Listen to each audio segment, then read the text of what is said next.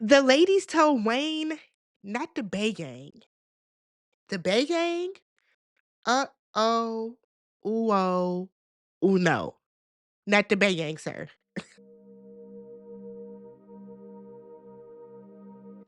What's up, everybody? Welcome back to the channel. I'm Tammy. This is Tammy Talks. We are here to talk Ready to Love, Season 10, Episode 3, all together now. We are in Philadelphia. We're in Philly. I'm enjoying the season so far. It's good. It's chill. There's enough entertainment. I'm rocking with it. So, before we get started, if you are brand new to the channel, please do me a favor and hit that subscribe button. If you're a returning viewer that is just not yet subscribed, do me a favor, hit that subscribe button, y'all. I'm super close to 35,000 subscribers. So I know we can get there, me and you together. All right. Leave your comments down below, thumbs up the video, all that good stuff. Let's talk about the show. So we are having the first group of people from the first mixer. They're meeting up at this comedy club where Tommy has told them to come off rip, okay, before we can even do anything. Angie is telling Wayne he didn't call or text her, and he was like, I was asleep. I said, all weekend, nigga. Okay.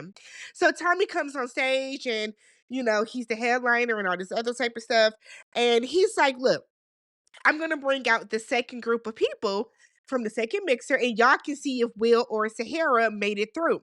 So they're able to see that Sahara did somehow, some way, but Will did not. So they find out that the ladies' lounge is up first this week, and one of the guys is going home. Okay, so we get a lot of hot shot conversations real quick. So one of the first ones that is notable is Deanna and Cisco. So they're talking, they connect. He likes that she is a firefighter because you don't hear, according to him, of a lot of women that pick those type of dangerous jobs. She says she's an adrenaline junkie, so it made sense for her. He likes her aura. He says she gives off an aura of strength. Everybody does a shot in Will's honor.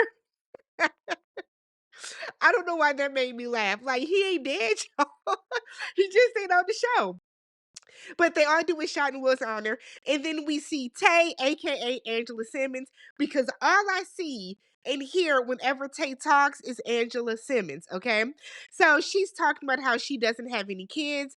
And she asks him, how many kids do you have? Now we all know that Naeem got 5 kids and 3 baby mamas. And then he always jokes a parrot and a partridge. Was it parrot and a partridge? What is it? A parrot and a partridge? Y'all know the song, okay? She thought he was joking, but no, girl, he's dead ass serious. He got 5 kids with 3 baby mamas, and then got the nerve to be asking anybody if they have kids. But cool. He never married any of those women, and he said he doesn't believe that there is a timeline for love. He's the type that, he could date somebody for 3 months and then get married, but you haven't. But you haven't. So why even talk about that? I feel like that's the type of conversation that you have if you done something like that. If you haven't done anything like that, why would you bring it up? I don't know about Naeem. I don't. I don't like his bun either. So we then get Cam and Shanice. So he's telling her that marriage is not his goal. Okay. So marriage is not his goal. He said being happy is his end goal. And I was like, oh, that's a red flag. That's a not a low key, that's a big red flag because a lot of these people are of a certain age. And when they come on the show, they're looking for what? A marriage. Okay. So we have Sahara and Hussein. So they're vibing. She tells him that she was looking for a nice chocolatey man that got a beard. And Hussein was like, I'm your man, okay? So he likes that she exudes confidence. And I'm like, she does. If it's for one thing that Sahara is, it's confident. She ain't gonna let nobody play with her. We get Wayne and Rose. So he said that he doesn't want to overwhelm himself with marriage. And he sees more negative traits in marriage than anything. And I'm like, oh, you should probably lead with that. And you probably would have been gone the first night. You probably would have been gone the first night because, like, I feel like Wayne is on here just trying to really waste the lady's time to be. So we then get one last date before everybody leaves the mixer with Cam and Deanna. Quick little conversation. And he was like, "So you're a firefighter, where?" And she was like, "Where are you stationed?" And he was like, "Oh, down at 43." She said, "Oh, that's downtown. That's why." Okay, cool. Like, what platoon are you? He was like, "B." She said, "Oh, so you knew." Okay. I do a lot of training of the new cadets. I like to train. I said, "Damn, she just sent you." She sent him real quick. So she was saying that he was too short. He's only 5'10". He felt she was being rude. I didn't take it as rude. I felt she was being very assertive. Right? Let's be real. Cam is not offering anything either. Cam thought that he would be able to come in, say he's a firefighter, and the women would swarm all over him, and that's not what is given. So we get the first group date of the season. It's True, Naeem, Kiera, Jay, Shanice, Hussein, and they all go skating. So True and Naeem are there first, and off rip, she was like, "Why you ain't been texting me back?" I said, "Oh my God, Mr. Telephone Man, is this gonna be the theme of the season? Is this the theme of the season?" I guess so. Let's keep a tally. Take a shot every time one of the women on the screen says, "Hey, you didn't text me back. You didn't call me back." Okay. So Naeem was like, "We talked early this morning. Like, what are you talking about?" And True was like, "Yeah, but I had to text you first." Too old for that, True. We're too old for that at this point. If you like the man and you text the man and y'all had a conversation, why is it a big deal? But whatever, okay? So Naeem is like, I raised the eyebrow because she texted me and her text message gave green bubbles. I said, "Nigga, I know you're not about to trip. I know you're not about to trip over her having an Android." Now, me myself, I'm team iPhone, okay? But that's just me. But I'm not gonna like not want to talk to a guy because he has an Android. But Naeem explains that he knows she has an iPhone. He saw her with an iPhone at the mixer. So I guess he's assuming that she gave him not a wrong number, but like a little bat phone number. So he's a little suspicious about that. She is saying in her confessional that entrepreneurs have many different phones and phone numbers. Girl, if you didn't give him your main number, then just say that, okay? So Naeem is telling Shanice what happiness is to him, and it's putting himself first, which is something that he has not always done. So Shanice says she learned how to put herself first from Oprah because Oprah said no is a complete sentence, and I agree. I don't have to explain why I'm saying no to anybody. So good on her. We then see Jay and Kiera are talking. He recognizes that she wants to be courted in a specific way, and Kiera has talked about that. Kira has talked about that, how, she grew up being treated like a princess and she expects her man to treat her as such. If she's telling y'all what she wants, if y'all agree to date her, y'all don't have to give her what she's expecting because she's being very clear about it. Jay said he's up for the challenge. He's all in on that. He's the man for the job. Now, Kiara and Jay, she really likes him. If I recall, Kiara was the woman at the first mixer that offered to make Jay's plate because I mentioned it in my recap. So she truly, truly likes him. They talk about love languages. His is physical touch. So they have a cute little conversation. I hope something does come out of it for the both of them.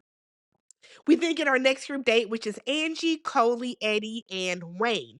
So Angie and Coley are both saying what? How Wayne hasn't texted him. Take another shot, ladies and gentlemen. We're on shot number 3 now, okay? 3 shots in. So Angie was like, look, I was married before and my husband paid for everything. Said that she didn't have hobbies. She didn't really do anything because he didn't want that.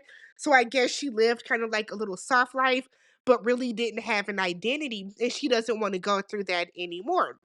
Eddie said he's looking for a partner in crime that understands that his job is demanding. And while he tries not to bring work home with him, sometimes it happens, right? We've all had a bad day at work, excuse me, and while we don't want to take that home with us, sometimes we do. Sometimes it just happens. So Wayne talks about how he journals. And in his journaling, he has talked about how, or he has written down how a lot of times people know what they want, but they don't know what they are bringing to the table themselves, which is true. So he's like, look, I know that I'm loyal and I know what I can bring to the table. He then talks about how his brother is younger than him. His brother is 28 years old and he's been married for 5 years. And he's like, it's dope to see a brother that's leaning into this life with their child and their family unit. And like that is something that he wants. Now, while he's talking about this, Coley starts crying. And I was with everybody else. What happened? So Coley starts crying. Today is her brother's birthday. He passed away in the Philippines in a motorcycle accident. So she's like, that was her best friend. That was her person. And she tries to do something special to honor him every single year on his birthday. So they all do a toast to to her brother. Eddie is like, I can agree, I can relate to that because Eddie's father passed away when he was 7. So he understands what Coley is feeling 1,000%. He was like, that's kind of why we rock, and that's why we connected initially. So Eddie and Coley get up to leave. We think the date is over. And now Angie wants to talk about the text messaging with Wayne. I said, oh girl, 4 shots in.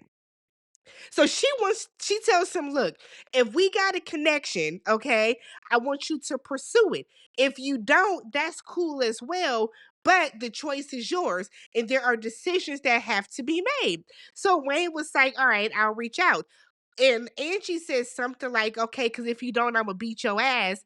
And then Wayne is like, okay, well, maybe I won't. And see, he was joking. She didn't think it was funny. And I'm like, look, how many times does a man have to ignore you for you to get it?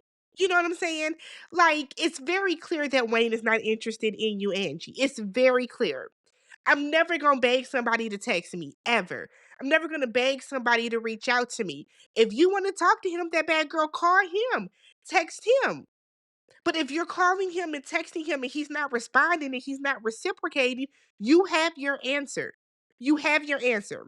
So we then get to the next group date, which is Rocky, Tay, Rose, Fritz, Khalil, and Cam. So they're at a pottery class called Yay Clay. I took pottery back in high school. I loved it then. I've taken like random pottery classes since then. It's so much fun. So Tay and Fritz are sitting next to each other, and Fritz is like, I'm gonna name my bowl Tay. And she was like, okay, I'm gonna give you my bowl. So they make the agreement that they're gonna switch bowls. So we then see Tay and Khalil talking, and he's like, dang, I can't get no time with you. So they start to talk about communication, and this was a really good conversation where she's like, look, I know that when I'm angry, I need a moment because sometimes people say things, words get misconstrued, words come out, and we know that words ultimately hurt people. And she even points out that sometimes when people are arguing, when people are going back and forth, you want to try to hurt that person with your words. So she's like, look, I like to take a step back, take a moment to process what you said. And she like makes a joke out of it, but she likes to process what everybody is saying. She's like, because then at the end of it, we can hug, we can kiss, we can make up, and we can move forward, or we can bang it out. I love Tay's personality. Is it Tay and I think Kiara? Was it Kiara? I think it might be the two of them seem to have the biggest personalities so far. Love both of their personalities. So we then get Fritz and Rocky. So we find out his father passed away when he was younger, so he's honored to be called a mama's boy. And Rocky is talking about how she is a daddy's girl, and Fritz said, cool. Mama's boys and daddy's girls are the best kind of people because that shows how you are going to treat your partner, which I believe is true. So he said his birthday is in 2 days and he'll drop his location. And she was like, she was kind of nervous or scared. I said, scared of what? Okay, girl. We think it's Tay and Cam. So Cam said he wants a feminine woman. Tay said, what if I'm not all that feminine? And Cam is like, as long as you're feminine with him. And he wants a woman to fall in line when he gets home. I said, fall in line? Oh, okay. I see what he's saying. He wants a woman that is going to submit to him. But to say that a woman needs to fall in line, Terrible verbiage. Terrible verbiage, right? So he said that his longest relationship was 2 years. And he's like, I've never had a long-term relationship. And Tay was like, oh, okay. Do you struggle with long-term relationships? And he was like, probably. And he asked her, and she was like, no, they're not gonna work. And she said it, they're not compatible.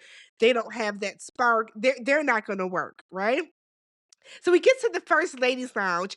It's in a vault in the bank. It's very cute. It's like burgundy-ish pink, fuchsia, whatever shade of red that was. But it looks really, really nice. So the ladies come in, and Tommy reminds them what happens in the vault stays in the vault. You know, we had an issue with that last season with Alexis running back and telling Will what the ladies were saying about him in the ladies' lounge. So whatever happens, whatever we discuss here is a safe place because we want everybody to be honest about what they're feeling, how they're, which way they're swinging, all that type of stuff. So Angie said that her and Coley, or excuse me, Angie and Coley both say that their strongest connection is Eddie so far.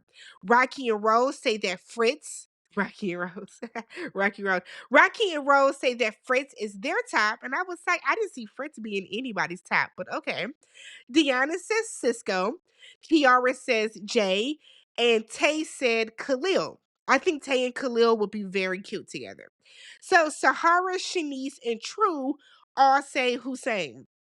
All of a sudden, Sahara, not Sahara, all of a sudden, what's her name? Shanice gets emotional and she starts crying. And she said that she's been homeless before and she didn't have anything. And she remembers the people that were there for her and the people that supported her. And she wants to make sure she always feels that level of support. Clearly, something got cut out because that seemed out of nowhere. Okay. Rose then said that her least connection is with Wayne. And then we are now up to 5 because Angie starts talking about how Wayne is not texting her back. Angie, Angie, don't mention nobody texting you again, sis. It's giving thirsty. And I don't want to say that because it's real early on, but it's giving thirsty, sis. He's not texting you. How many times are you going to bring this up to everybody? What is your storyline going to be for the next episode? Because this episode, it was about him texting you. So Rose was like, well, Wayne is looking for a girlfriend and not a marriage, so he's out. True was like, well, look, I text Naeem hello, and he texts back a thumbs up. I said, shit. Why? That would have pissed me off. Because I'd have wrote back, what the fuck does that mean? Why are you sending me a thumbs up? And Cam was in a lot of their bottom just because, I mean, he's it's not a surprise, right? So Tommy tells them, look, take these men out, let them know who is not ready for love. So Tay takes out Cam and she was like, look, the ladies feel that you are just not vulnerable enough. Okay. She said, but you are still ready to love, but we want you to be more vulnerable. We want to know what you like, what you don't like, what you're scared of, what your fears are. We want to know about that because it could be something that we can just help you through. And the way that she phrased that was very inviting, very warm. Cool. Good for you, Tay. She teased him by drawing it out. He thought he was going home, but you're safe for now. So we get to Deanna and Wayne, and they have a good rapport. He was excited that his date was with her. So Wayne tells her that he got grilled at his last date because he hasn't been communicating with the ladies. And he's like, I'm kind of a space cadet when I am busy. I've never heard a man refer to themselves as a space cadet.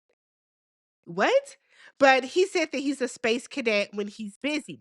So Deanna is like, look, the ladies feel that you haven't been really involved in the process. You're not really into the process. And he was like, that's valid. Deanna was so taken aback, she didn't know what to say. So she was like, oh, okay. Wayne then said, look, sometimes that I am so engulfed in my work that I can go 5 or 6 days without talking to my partner or whoever I'm dating. And then by the time that time has gone by, it feels like a chore and I'm no longer excited to date them. You don't want to date anybody, Wayne. That's what that is. You don't want to date anybody because how do you go 5 or 6 days without talking to the person that you're dating? That's crazy. That is crazy, right? So Deanna was like, look, well, the ladies don't think you're taking the process serious and you are not ready for love. Wayne said, wow, that's interesting. He said, I mean, I wouldn't have done anything different. I'm not here to stroke egos, and I'm not interested in giving attention to women that I have no interest in just so I can get their vote. But he did not expect to go home. I said, oh, okay. Okay, maybe it was the hair, I don't know, but that was yeah, that wow. I feel like his reaction wasn't bad, but it was definitely lacking introspection. You know that you haven't been reaching out to these women. It's clear that there's no women on here that you really like, so why would you think that you would stay? Bye. Let me know what you guys thought about this episode. Do y'all think Wayne should have gone home? Are y'all seeing any sparks with anybody? Subscribe to the channel, thumbs up the video, and I will catch you guys in the next one. Bye.